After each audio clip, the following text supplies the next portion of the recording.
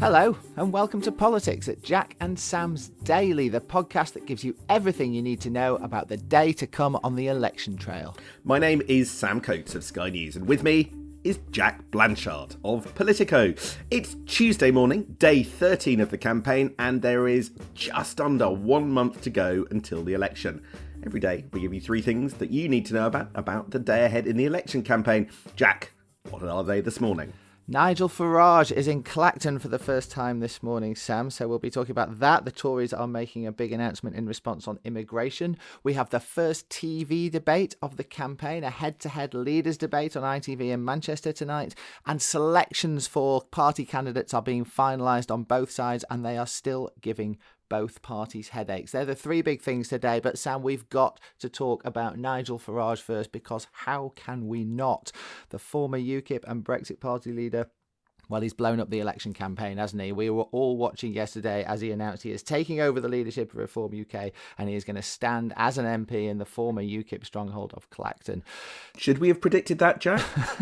Well, I mean, Nigel Farage is the comeback king, I suppose you could say. He's done this to us before, standing down and then coming back, standing down and coming back. He's never done it in an election campaign before. But, you know, I think his decision has already been borne out by the impact it has had and the coverage it has had. You get these moments in election campaigns sometimes, don't you? We've covered enough of these now. You remember the deal between Farage and the Tories in 2019 when suddenly the dynamic of that campaign changed. I was thinking back this morning of Theresa May and her failed manifesto, and nothing has changed on telly when that whole dynamic of that campaign suddenly changed, all the way back to Cleggmania in 2010, that TV debate when suddenly the 2010 election campaign changed. Yesterday felt to me like it could be one of those moments, not that the Tories weren't losing anyway, to be clear, but that puts the territory they're in into a completely different place. And you can see it on the front pages of the papers this morning, a total wipeout for Nigel Farage. He is the guy that everybody is talking about.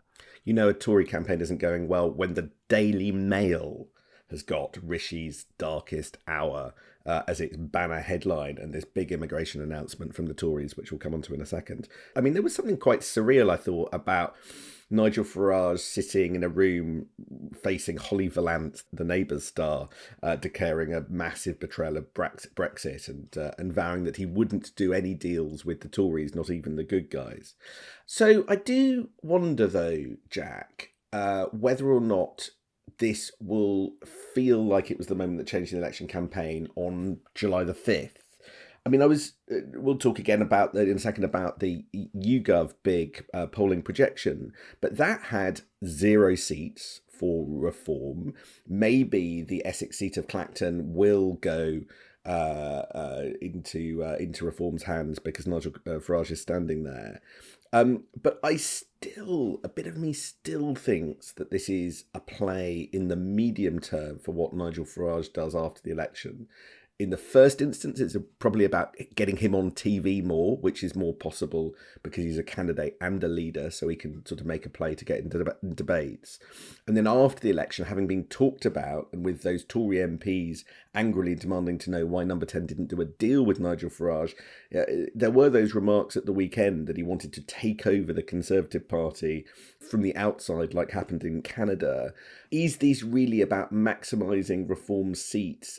Are they really going to make, aren't most people who could vote for Reform already voting for Reform? Is this a change the dial moment when it comes to the election? Or again, isn't this about afterwards? I think it potentially is a big change the dial moment, because you will see people definitely much more interested in Reform, taking Reform much more seriously now that it has a figurehead that lots of people recognise and lots of people like. Of course, lots of people don't like Nigel Farage as well, it's important to say. But I think he grabs them attention, he gives them a credibility that they didn't previously have. And every time the Reform vote goes up by a percentage or 2 nationwide, you're quite right, that doesn't give them any more seats in Parliament, but it takes crucial votes away from Tories in crucial marginal seats, and it means the number of seats the Tories can cling on to goes down and down and down across the country with every extra vote for Reform. And I think you will see the scale of the Tory defeat, if something doesn't change between now and July the 4th, going increasing up and up and up because of Nigel Farage standing. And that is the thing that Tory HQ have been worried about really for the past year. They thought they got away with it. They haven't now. Rishi Sunak urgently needs to change the dynamic of this election now. They've tried to do that this morning, Sam, the Tories, by hitting straight back on sort of reform territory, if you like, with a big policy on immigration. Do you want to just talk us through what Rishi Sunak's saying on that? They are pledging that there will be something that Tories have resisted for a very long time, which is a cap on legal migration. So a limit on the number of visas every year in order to provide a hard ceiling on net migration. What's interesting about this policy is that Rishi Sunak has come out and said it and promised it, and but hasn't been able to put a number on this cap. We do know that MPs will. We do know that it will be reduced year on year in line with recommendations from the Migration Advisory Committee, and it's being billed as a measure that will reduce legal migration beyond the projected 300,000 that's going down this year. But I have to say, when looking at this policy, the Tories first promised to get migration into the tens of thousands, so less than 100,000, back in 2010. Their last manifesto promised to get net migration to below 230,000, yet the last set of figures were 685,000. The internal politics of this is fascinating. This is a kind of Robert Jenrick, Tory right-friendly policy. But it was only, 3 weeks ago that we were discussing on the podcast how Rishi Sunak was battling the centrists of his cabinet, the One Nationers, the David Camerons, the Gillian Keegans, over student visas. And in the end, they won out and watered down a policy to restrict student visas. And so just before the election, he was losing smaller scale battles to stop these kind of restrictions. And now he's just walloped this down mid-general election campaign because he needs a win. But what? Did David Cameron and Gillian Keegan resign from Rishi Sunak's next cabinet? Oh, well, let's just see what happens. The Tories are calling this an immigration lock. We should probably keep a tally of how many locks are going to be announced in this election. Of course, we had the Labour's triple lock on the nuclear deterrent yesterday, and we've had the various iterations of the pension lock as well. I don't know how much it's actually going to cut through. Nigel Farage is dominating the headlines this morning. He's going to be doing a big event in Clacton at lunchtime with an open-top bus and music, and there's going to be a whole media circus around that. And this policy, which Rishi Sunak is announcing, which is clearly designed to target would-be reform voters, I just don't know if they're even going to hear about it today. Well, pretty much the one thing that is going to happen today that could shift the dial as well is this TV debate, ITV, 9 o'clock tonight. And just before you go into the details, it's important to say this is a head-to-head debate between Keir Starmer and Rishi Sunak, which is the format that Tory HQ, Isaac Levido, people around Rishi Sunak want to see. This is the platform that they think Rishi Sunak does best in. So under that assumption, that theory, this is Rishi Sunak's moment to shine. Jack, will that happen? Well, it's indicative of where we're at right now, that, normally on a TV debate morning, that's the thing that everybody is talking about. That's the thing that's overshadowing probably the entire week of the campaign. That's how it's been in previous elections that you and I have covered. Today, nobody is talking about this TV debate because of what Farage did last night and because of the scale of those polls we saw yesterday, just showing really the depth of the Tories' problems. It puts this in a very different context. Hopefully, the Tories will be thinking by 9 o'clock tonight, people will have tuned in and will be thinking about this head-to-head debate. And you're right, they see this as a very big moment, because there are very few moments in an election campaign when the nation does sort of actually tune in en masse and actually listen to what politicians are saying. They are hoping this will be one of them. And of course, Rishi Sunak is experienced in this format. He did a series of head-to-head TV debates with Liz Truss in 2022 during that Tory leadership campaign. Not that they went especially well, but he's done it before. In the 2019 campaign, he was wheeled out by Boris Johnson to do one of those debates that Boris Johnson wasn't involved in. So he has done this. Keir Starmer is in a different place. Keir Starmer has never done a debate on this scale, of this import, and he is carrying, in his own words, a Ming vase. The Ming vase being Labour's enormous poll lead, which those MRP polls confirmed yesterday. He needs to not drop that vase tonight. He needs no game-changing moments to happen. So it's all the pressure is on Rishi Sunak to try and force this one. Has he got what it takes to do it? It's hard to see what he could do, honestly, that would change this picture, but he needs something. I think the polling tells you why it's so hard for Rishi Sunak. I'm going to give you two numbers. The first is from that polling projection yesterday, which is that Keir Starmer's Labour Party is, if that projection is right, on course to be the most successful party in election ever, which is kind of incredible since records began, right? Second polling figure from a YouGov poll for Sky last week, 47% of people think that Keir Starmer will be a bad Prime Minister, right? Get your head around those two things. The public appear, from what I can see, to be willing to vote in Labour despite having relatively low expectations of the Labour leader himself. And actually, when that comes to a debate, that makes life hard for Rishi Sunak, because already he's not the Messiah, just a kind of, just the son of a toolmaker that they've heard rinse and repeat the same lines over and over and over again, but they still prefer him to Sunak. So how does Sunak break that kind of starting point with the voter? I just don't know. I think we'll see Rishi Sunak trying to be quite aggressive. He'll be trying to look as energetic as he can. The Tories think that his sort of youthful energy in comparison to Keir Starmer is a win for him. So we'll see that sort of bouncy, yappy, attacky Rishi Sunak tonight, I think. And they will go after Keir Starmer again and again on issues like the fact that he supported Jeremy Corbyn in previous elections and Labour's perceived weaknesses on immigration and on defence and all those core issues. But whether it's enough to change the game, it's hard to say. We should say that tonight's debate is on ITV at 9 o'clock, hosted by Julie Etchingham, very experienced campaigner.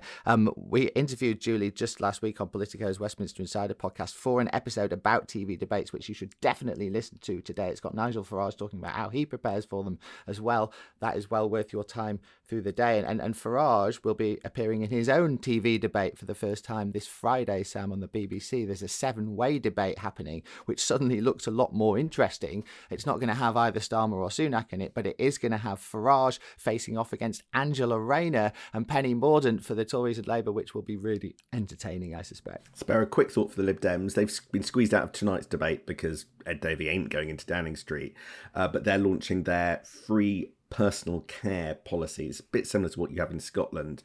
They think it'll cost £2.7 billion. Experts said probably be a bit more than that. Last night, Ed Davey was giving a very personal, emotional interview about his son, who he had to take the weekend off to care for. But fascinating in the YouGov polling projection to see that Lib Dems quadrupling their seats. But this is the first big tangible bit of policy I've heard from them. Again, is the Lib Dem anti-Tory message simply working without much need for things like policy? That's an interesting one. Anyway, should we move on to selections? What's going on there? Yeah, the Labour's National Executive Committee, the NEC, is meeting today to finalise Labour's list of candidates. This has obviously been the subject of much heated debate within the party for the past week. The row erupted over whether Diane Abbott would be allowed to stand. She is going to be on that slate, we are told today, after the leadership backed down on last Friday. And then we've seen other left-wingers taken off the ballot paper. We've seen all number of Starmer allies, former aides, pals, think tank types being parachuted in. And the list we're going to see confirmed by the Labour Party today will transform the Parliamentary Labour Party after this election and give Starmer a big cluster of allies around him and a lot of bright young things who will be looking to push their way into his cabinet or senior ministerial ranks, assuming he wins the election. We're expecting the NEC today to basically be a rubber stamping exercise, Sam. Apparently the deals have now all been done. There should be no surprises. They want this to be as quiet as possible and for this row just to go away. To the extent that my colleague Dan Bloom tells me they've switched the meeting to be online only. I think we told you that yesterday, Jack. People don't have to drag themselves down there, but it also means that there can't be any protests outside Labour HQ while the meeting is ongoing, and I gather that is a key part of why that decision has been taken. So Labour hope that today they will finally put this business to bed and people can stop talking about Labour candidates and start talking about Labour's rather thin policy platform. The Tory selections, however, I didn't see this coming, are the ones that are going boom at the moment. When I was scratching around to see reactions to the Nigel Farage announcement and the poll, actually I was getting back from Tory candidates absolute fury about that, the fury inevitably directed at Downing Street, but the fact that some MPs facing tight selections or tight battles after the boundary changes have been allowed to do the chicken run, which is where they go to perhaps easier seats. So in Stratford-upon-Avon, Chris Clarkson, who had been selected the other end of the country, or had been the sitting MP in the Lancashire seat of Hayward and Middleton, was picked as the Conservative candidate. Neil Hudson, who was the MP for Penrith and the Border, after boundary changes, that made his seat harder, now going all the way south to Epping Forest. Kieran Mullin announced he was standing down in February after boundary changes, and now he's on the shortlist for Bexhill and Battle. This is causing huge fury amongst Tory MPs or Tory candidates now, as they are, who are fighting incredibly difficult races. And the fact this is being allowed to happen, and that allies of the Prime Minister and special advisors and all that kind of thing are also getting plum seats, causing lots of anger in parts of the Tory party. It's a bubbling cauldron, the Tories. It's just interesting the anger has moved on to selections right now, and that'll presumably be one of the things that drives the day for the next 48 hours or so. Yeah, and I was interested to see Rishi Sunak's own Deputy Chief of Staff, Will Tanner, bagged himself a safe seat, or what ought to be a safe seat, last night. That's the kind of thing that is infuriating Tory MPs as well. They're thinking, why aren't people like you out there trying to win this campaign from Tory HQ, not going and looking after yourself, is the sort of comment we've been hearing. Probably Will Tanner would say he can do both of those things at the same time, but let's see. I do think Tory anger more broadly is going to be a big story of the day, Sam. There are people increasingly vocally questioning Rishi Sunak's decision to go early on this campaign now, given the Farage factor, given where the polls are at with almost 2 weeks gone. I think you'll hear more and more of that disquiet over the days ahead if Rishi Sunak can't find that game-changing moment. Before we go, Sam, I gather you went viral on the internet yesterday. Do you want to just talk us through this one? What happened live on Sky News? So we were in the middle of presenting the YouGov polling projection, and I was standing in front of a big picture of Grant Shapps, revealing that he is pretty much on course to lose his Welwyn Hatfield seat.